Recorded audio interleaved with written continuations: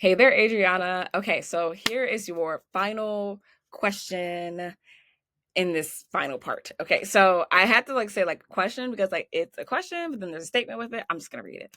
So the next thing that you wanted help on is finding my voice so I can use my uniqueness to get more eyes on me honestly.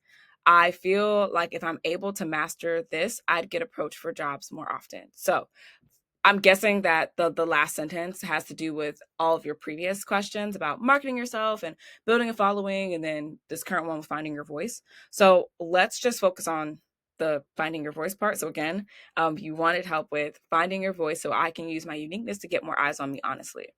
So finding your voice is something that is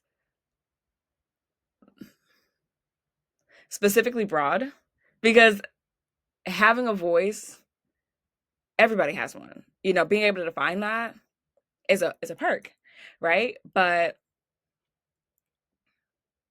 when it comes to being a model, this is a very visual based line of work, right? The voice is second. So let me explain. Let me give you an example. So for me, right, I booked this um SAG commercial. Okay, this is I told you in your last question that there's a lot of things that muddle together and that overlap each other. So even though I did photos for this SAG project, the bulk of why I was there was for a commercial. And quiet as it's kept, I didn't realize that. I applied for the photo portion and I just happened to book the whole campaign, which is really dope. It was amazing. Um, but when I was booked for this,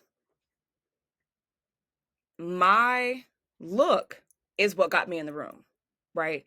If I did not have this physical appearance, right? If I did not carry myself where I have my natural hair and I have my clear skin and I keep my body together and all this type of stuff, if I did not look like this, I would not be considered for the role. Didn't matter if my energy, my voice, my personal brand fit. If I did not have the look, it does not matter. Another good example. I was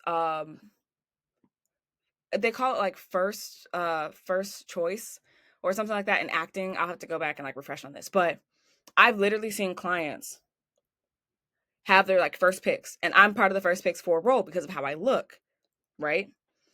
But even though they like my vibe, even though I'm the first pick that they want for the job, if I do not physically fit with the other people that they cast for the job, they are not going to pick me. It does not matter that my voice is, this bubbly, vivacious, good energy, very much so people person, works the room.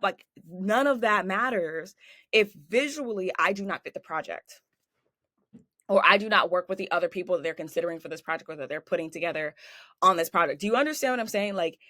Visuals first, voice second. And I know sometimes it feels very brash for me to say this because it's just oh, but I'm this great person. I have so much to offer. This is a business. And I feel like, I'm not saying this is you, but a lot of us get over, we start to lose the plot.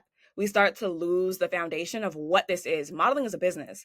I feel like because a lot of people do it for fun, I feel like because a lot of people aspire to be a 90s supermodel, that you keep forgetting that this is a business.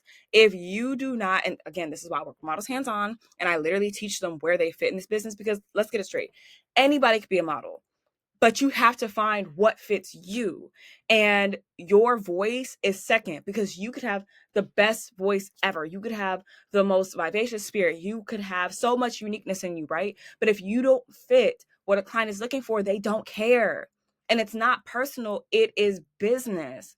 So if you are taking all of this time to figure out all of these step 5, step 10, step 20 things, you will always end up frustrated because you didn't do the foundational things to actually get you in the room so that your voice matters.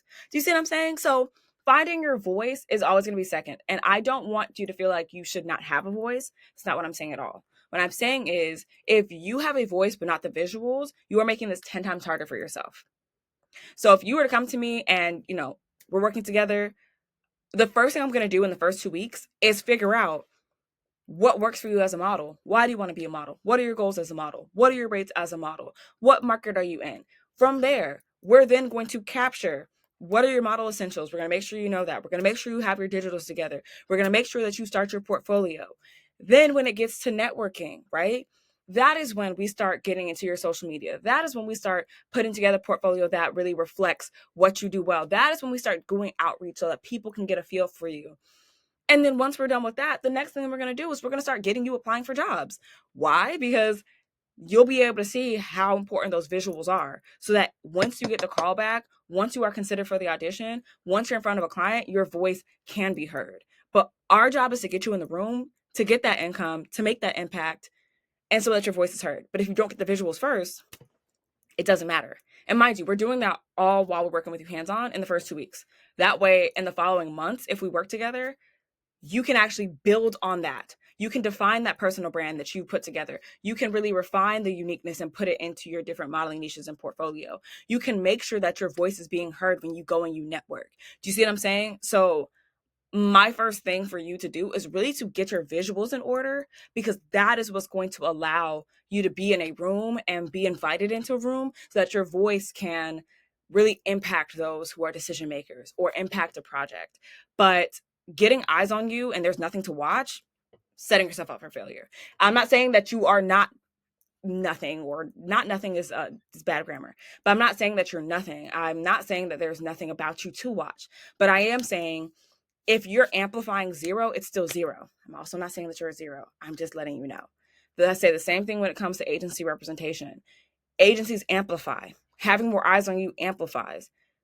If there's nothing to amplify, if you don't have anything for people to look, they're going to look at you and cement in their head, oh, I don't know what you do. Oh, I don't think you're a good fit for my project. Oh, I don't have a use for a model that looks like you at this time.